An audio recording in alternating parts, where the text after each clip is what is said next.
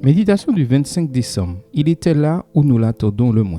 Le Dieu d'éternité est un refuge et sous ses bras éternels est une retraite. Deutéronome 33, verset 27, version du second. La haine est une réalité de la guerre avec laquelle chaque ancien combattant finit par se familiariser. Ces paroles ont été écrites par John McCain, sénateur et ex-candidat à la présidence des États-Unis, en faisant allusion à l'expérience qu'il a vécue en tant que prisonnier de guerre au Nord-Vietnam. McCain fut capturé en octobre 1967, quand son avion fut abattu alors qu'il accomplissait une mission de bombardement sur Hanoï. Et durant 6 ans, il fut l'objet d'humiliations, de mauvais traitements et de tortures. Qu'est-ce qui le soutint durant cette dure expérience? Selon McCain, la foi en ses compagnons de prison, la foi en son pays, mais surtout la foi en un Dieu dont l'amour est toujours présent. McCain a connu des démonstrations de cet amour à la fin de 1971. Jusqu'à ce moment-là, chaque prisonnier avait été confiné dans sa cellule. Mais cette année-là, on leur permit de fêter Noël en groupe. McCain fut nommé chapelain. Ils formèrent un chœur et adorèrent le Dieu incarné. Nos voix résonnèrent aussi belles que celles du chœur d'une cathédrale et nous rendîmes grâce pour la naissance du Christ. Cependant, McCain vécut la plus grande manifestation de l'amour de Dieu alors qu'il se trouvait à l'isolement et les mains liées, puni pour avoir communiqué avec un autre prisonnier. Une nuit, tandis qu'il déplorait sa situation, un jeune gardien ouvrit la porte de la cellule, indiqua à McCain de garder le silence et entreprit de desserrer les liens qui lui blessaient les mains.